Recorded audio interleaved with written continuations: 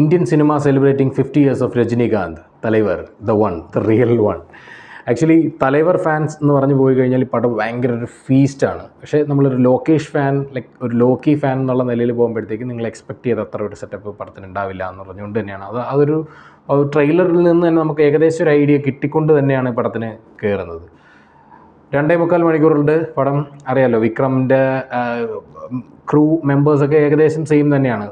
Girish Gangadharan cinematographer, Philomin Raj editing, അനിരുദ്ധിൻ്റെ music, Sun Pictures പ്രൊഡക്ഷൻസൊക്കെ വന്നിട്ട് ഭയങ്കര പ്രതീക്ഷയും ഭയങ്കര ഇതൊക്കെ വന്നിട്ട് ഹൈപ്പ് എന്നൊക്കെ പറഞ്ഞു കഴിഞ്ഞാൽ അങ്ങ് ഭീകര ഹൈപ്പിൽ പോയി നിൽക്കുന്ന ടൈമിലാണ് പടം റിലീസ് വരുന്നത്. 1000 crores കളക്ട് ചെയ്യാൻ പോകുന്ന സൗത്ത് ഇന്ത്യൻ ഫിലിം എന്നുള്ള നിലയിൽ തന്നെയാണ് ഈ പടം അഡ്രസ്സ് ചെയ്യപ്പെട്ടത്. കൂലി അങ്ങ് അമീർ ഖാൻ തൊട്ട് ഇങ്ങ് സൗബിൻ വരെ ഉണ്ട്. അവിടെ കന്നഡത്തിൽ നിന്നും ഉപേന്ദ്രയുണ്ട്, തെലുങ്കിൽ നിന്ന് കിങ് നാഗാർജുനയുണ്ട്.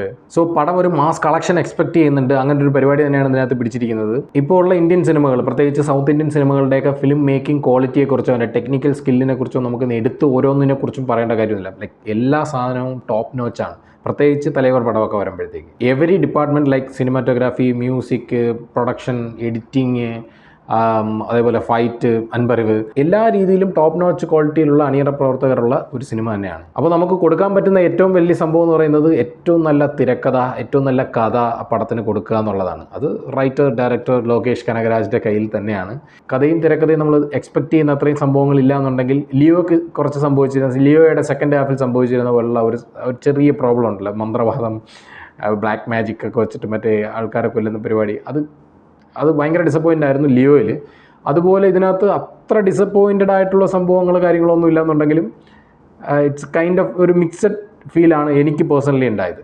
ആ ഒരു ചെറിയ പ്രോബ്ലവും പിന്നെ കുറച്ച് ഇടയ്ക്കുള്ള കുറച്ച് ലാഗും ഒക്കെ ഒഴിച്ച് കഴിഞ്ഞാൽ പടം ഫുള്ള് വിസിലടിച്ച് ക്ലാപ്പ് ചെയ്ത് ശരിക്കും രജനീകാന്തിനെ എൻജോയ് ചെയ്യാൻ പറ്റുന്നൊരു പടം തന്നെയാണ്. നല്ല രീതിയിൽ ഏജിങ് ടെക്നിക്കൊക്കെ യൂസ് ചെയ്ത് ശരിക്കും നമുക്ക് ഒരു 80s രജനീകാന്തിനെ ശരിക്കും നമ്മുടെ കൺമുന്നിൽ കൊണ്ടുവരുന്നുണ്ട്. ഇതിനകത്ത് ഞാൻ എക്സ്പെക്ട് ചെയ്ത് എനിക്ക് നല്ല രസമായിട്ട് തോന്നിയത് സത്യരാജിൻ്റെ റോളാണ്. സത്യരാജിൻ്റെ ക്യാരക്ടറിനെ ബേസ് ചെയ്താണ് ഈ പടം ഫുള്ള് ഡെവലപ്പ് ആവുന്നത്. പെർഫോമൻസുകൾ തന്നെയാണല്ലോ പടത്തിനകത്ത് ഏറ്റവും വലിയ ഹൈലൈറ്റ് ആയിട്ട് വരുന്നത്. കാരണം അത്രയും പെർഫോമേഴ്സ് ഈ പടത്തിനകത്തുണ്ട്. രജനീകാന്ത്, ഓഫ് കോഴ്സ് തലൈവർ, സൗബിൻ എടുത്തു പറയേണ്ടത്. സൗബിൻ തുടക്കം ഏകദേശം പടം തുടങ്ങി ആദ്യത്തെ ഒരു 4-5 മിനിറ്റ് തൊട്ട് പടത്തിൻ്റെ എൻഡ് വരെ ഉള്ള ഒരു ഗംഭീര ക്യാരക്ടറാണ്. അത് പുള്ളി തകർത്തിട്ടുണ്ട്. പുള്ളിക്ക് ഇനി ഒരുപാട് ഇപ്പം ലൈക്ക് സൗത്ത് ഇന്ത്യ കടന്ന് ബോളിവുഡ് കടന്ന് പോകത്തക്ക രീതിയിലുള്ള അത്രയും ക്വാളിറ്റിയുള്ള അത്രയും പൊട്ടൻഷ്യലുള്ള ഒരു ആക്ടറാണെന്ന് പുള്ളി പ്രൂവ് ചെയ്തിരിക്കുകയാണ് ഒരിക്കൽ കൂടി. അതേപോലെ കിങ് നാഗാർജുന വില്ലൻ എന്ന് പറഞ്ഞാൽ അറക്കൻ, ആ ഒരു സാധനം പുള്ളി നല്ല ഗംഭീരമായിട്ട് പിടിച്ചിട്ടുണ്ട്. നല്ല രീതിയിലുള്ള വില്ലൻ പരിപാടി പുള്ളിയാണ് ചെയ്തിരിക്കുന്നത്. അതേപോലെ ഇതിനകത്ത് ഏറ്റവും മാസ് കൊടുത്തിട്ട് ഇൻട്രോ ചെയ്തിട്ടുള്ളൊരു സീനെന്ന് പറയുന്നത് ഉപേന്ദ്രയ്ക്കുള്ളതാണ്, ക്യാമിയോ റോളാണ്. അതേപോലെ അമീർ ഖാനും ക്യാമിയോ റോളാണെന്നറിയാം. എല്ലാവരും അവരവരുടെ പോർഷൻസ് നല്ല വൃത്തിയായി വന്ന് ചെയ്ത് പോകുന്നുണ്ട്. എനിക്ക് പേഴ്സണലി ഏറ്റവും കൂടുതൽ ഇഷ്ടപ്പെട്ടത് സൗബിൻ്റെ പെർഫോമൻസ് തന്നെയാണ്. അതുപോലെ സത്യരാജ്. പിന്നെ നമ്മൾ മറ്റു ക്യാരക്ടേഴ്സിനെ പറയുമ്പോഴത്തേക്ക് ശ്രുതി ഹാസൻ്റെ ഒരു റീസെൻറ്റ് ടൈമിൽ ഒരു നല്ല ക്യാരക്ടറായിട്ട് തന്നെ തോന്നി. പക്ഷേ ഒരു കന്നഡ കുടുക്കി രജിത റാം, പുള്ളിക്കാരി ശരിക്കും ഞെട്ടിച്ച് കളഞ്ഞു. നമുക്ക് വിക്രമിനകത്തൊക്കെ വന്ന മറ്റേ ലേഡി ക്യാരക്ടറില്ലേ, മറ്റേ ഏജൻറ്റ് ടീന, അതുപോലത്തെ ഒരു ട്രാൻസ്ഫോർമേഷനും നല്ലൊരു പെർഫോമൻസും കൊടുത്തൊരു കന്നഡ ഹുടുകി. അപ്പോൾ പുള്ളിക്കാരിയുടെ പെർഫോമൻസ് നന്നായിരുന്നു. ശരിക്കും അങ്ങനെ റൈറ്റിങ്ങിൽ വരുന്ന കുറേ ട്വിസ്റ്റുകളൊക്കെ ഉണ്ടല്ലോ, ഓരോ 15-20 മിനിറ്റിൽ ഒരു ട്വിസ്റ്റ്, അവിടെ നിന്നൊരു ട്വിസ്റ്റ്, ഇവിടെ നിന്നൊരു ട്വിസ്റ്റ്. പക്ഷേ പടം അങ്ങ് പോയി കുറേ കാര്യങ്ങൾ ഈ പടത്തിനകത്ത് ഇങ്ങനെ എടുത്തെടുത്ത് ഇങ്ങനെ പറയുന്നതൊക്കെ തോന്നി. അത് നമ്മൾ പറയല്ലോ, ടൂ മച്ച് ഓഫ് ഇൻഫർമേഷൻസ് ഇതിനകത്ത് ഇങ്ങനെ, ഓക്കെ അവരവിടെ അങ്ങനെ വന്നു, ഇതിങ്ങനെ വന്നു, ഓക്കെ അതങ്ങനെ പോയി, ഇതിങ്ങനെ വന്നു എന്നൊക്കെ പറഞ്ഞ് കുറേ കാര്യങ്ങൾ ഇതിനകത്ത് ഇങ്ങനെ ഇത് ചെയ്യുന്നുണ്ട്.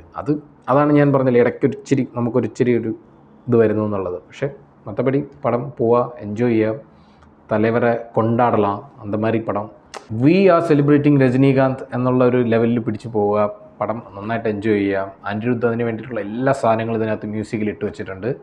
VFX ഫേസിനകത്തുണ്ടാകുന്ന സാധനങ്ങളൊക്കെ ഉണ്ടല്ലോ, ഏജിങ് പരിപാടികളൊക്കെ, അതൊക്കെ സെക്കൻഡ് ഹാഫിലെ സംഭവർക്ക് നമുക്ക് ഭയങ്കര ഹാപ്പി ആയിട്ട് പടം കഴിഞ്ഞ് ഇറങ്ങാം. പക്ഷേ ലൈക്ക് പോരായ്മകളൊക്കെ ഉണ്ട്, അത് ഉണ്ടാവുമല്ലോ. അപ്പോൾ തലൈവർ ഒരു 1000 കോടി അടിക്കുമെന്ന് തന്നെയാണ് പ്രതീക്ഷിക്കുന്നത്. നിങ്ങളും കണ്ടിട്ട് അഭിപ്രായങ്ങൾ കമൻറ്റ് ചെയ്യുക.